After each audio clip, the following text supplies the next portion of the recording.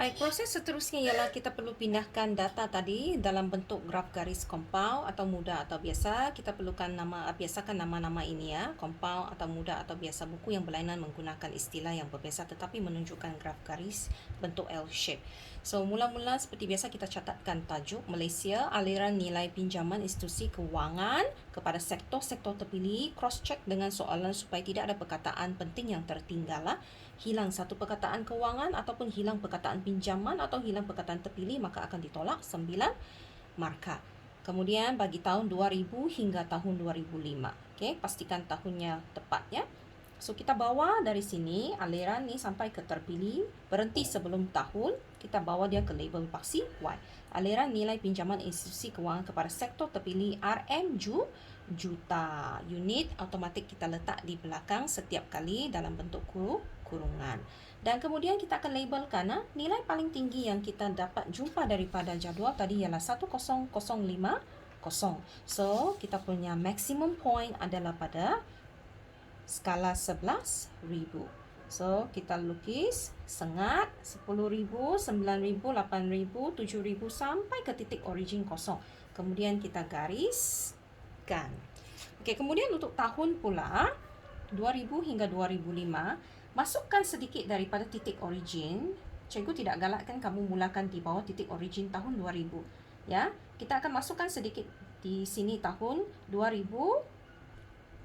Kemudian 2001, 2002, 2003, 2004 dan 2005.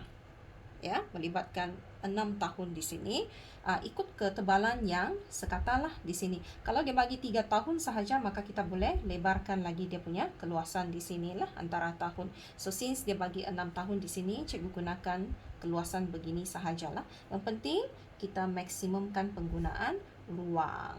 Okey, kemudian kita tarik. Okey. Kemudian selepas itu paling penting ialah kita tulis tahun.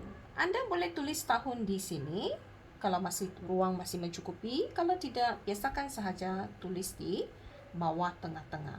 Ya, kalau hilang perkataan tahun ini sama juga macam di label paksi Y akan ditolak 9 markah. Okey, proses seterusnya ialah kita mula memplot data. Ini proses yang paling penting.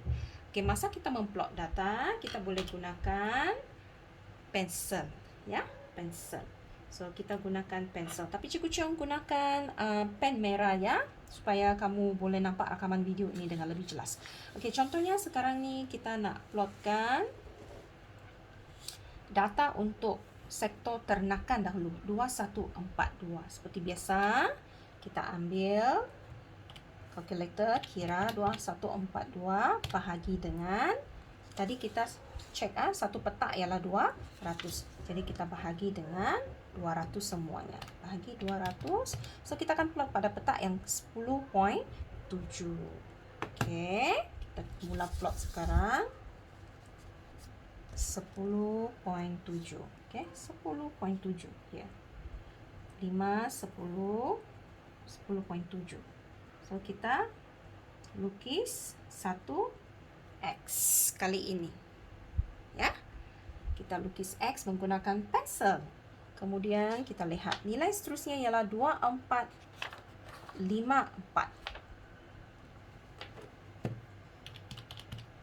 Bahagi 200, plot pada petak ke 12.3. Okay, tahun seterusnya 12.3. 12.3 tengah-tengah, hampir di tengah-tengah ya. Okey, kemudian kita plot lagi 2778. Okey. 2778 bahagi 200, plot pada petak ke 13.9. Hampir 14 sudah itu So 10, 11, 12, 13. Okeylah, tak apalah, kita lukis pada petak ke 14 sahaja, tidak masalah ya. Kemudian kita teruskan dengan plot 3215 petak ke 16. Lebih sikit. Kemudian 3560. plot pada peta 17.8. 17.8. Okey. Mendekati garis ke-18. Kemudian last sekali ialah 3793. Bahagi 200. So peta yang ke-19. So siap untuk 1 tahun. Siapa untuk 1 tahun. Kemudian langkah seterusnya ialah gunakan pensel warna kayu yang tajam ataupun pen yang berlainan warna yang terang. Okey, sambungkan dia. Sambungkan dia menggunakan warna yang terang. Okey, kita sambungkan dia. Jangan gunakan freehand, mesti menggunakan pembaris. Okey. So, satu garis untuk sektor pertama ternakan telah dihasilkan dari tahun 2000 hingga ke 2005. So, nanti cikgu mau kamu teruskan dengan sektor yang seterusnya, perindustrian 5443 sampai ke 10,050 di sini. Lepas kamu habis plotkan, baru kamu sambungkan seperti yang cikgu hasilkan tadi. Baik, kemudian langkah yang seterusnya ialah seperti biasa. Kita akan tulis skala 1 cm bersamaan dengan RM1 juta petunjuk sektor. Okey.